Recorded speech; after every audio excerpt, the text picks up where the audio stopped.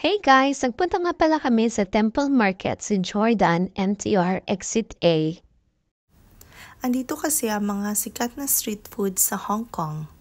Mga bandang 4 o'clock nga pala kami nakarating dito kaya yung ibang stall is closed pa. Meron din ditong stall ng Indian food. Ayan, pili kayo. Meron ding Nepalese food. At yung iba, nag-start pa lang mag-open ng stall nila. Nakakagutom ang mga food nila dito, kaya tiyak, mapapagastos ka talaga ng medyo malaki-laki.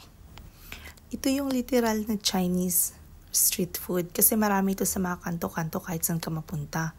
Pero bumili pa rin ako ng sausage doon. Tapos ito, meron ding fresh fruit shake.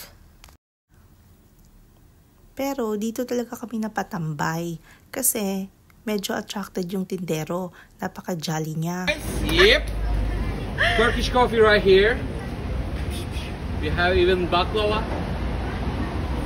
Chocolate doon na nagkuhan sa bago sa Dubai. So, dili siya ginana. Dahil ito siya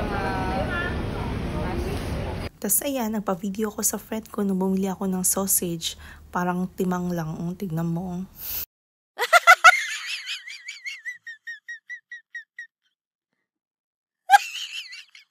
Hindi naman talaga ako gutom. Pero kasi nakyutan kasi ako sa tindero na to. Tapos parang napakalinis ng tinitinda niya. Ay, gikapoy naman kog Tagalog. Uy, magbisaya na ko guys, be. Bahala na mga Tagalog di ako. Kamo na pud mag-adjust. Si Emma magyud dapat mag-voice over, ani ba? Kaso wala daw siya sa mood mo. Moong ako na lang. Kung muanhi mo diri, dapat medyo nakakaon na siguro gyud mo no. Otherwise, mapagastos gyud mo ani para sa kuao. Attractive kay mga pagkaon sa kong pananaw. Nag-heart-heart jud akong mata. Bisag nakapilan ako nakakaon ana in town, guys. Numan girihit to ni kuya ako nang gikuha. O da, tilawan daw be. Daong sa inang pagtilaw. Daw be. Ay, Katman. Tanawa rin ng sausage o pretty kadagko. Tapos akong amiga ni try aning ambot unsay tawag ani nakalimot ko basta kay nakita-an ako niya sa Facebook na ni sa India pero kani siya is Nepal version daw ni kana nagprepare na si auntie. Well, limpyo man pud siya guys kay tan-awa naka-glove si ate. Unya kana guys gimikos-mikos ni auntie na diha ng bilog na murag tinapay ba na siya o biscuit. Ambot. Set ni siya mga $30 something ni siya. Tapos na ay dumpling, tapos katong onion, o kanang bilog na wala ko kaila. Nakalimot man ko video kung say name ana guys, oy. Human ana, iya din gibutangan anang special sauce.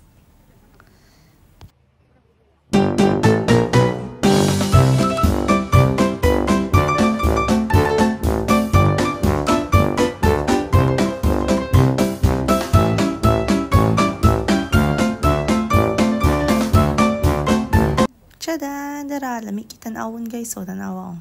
Tapos diri, pwede di bayad through Alipay or Octopus. Wala. Tas karon tilawan na sa ko ang amiga daw be. Ang dakwag lamoy uy.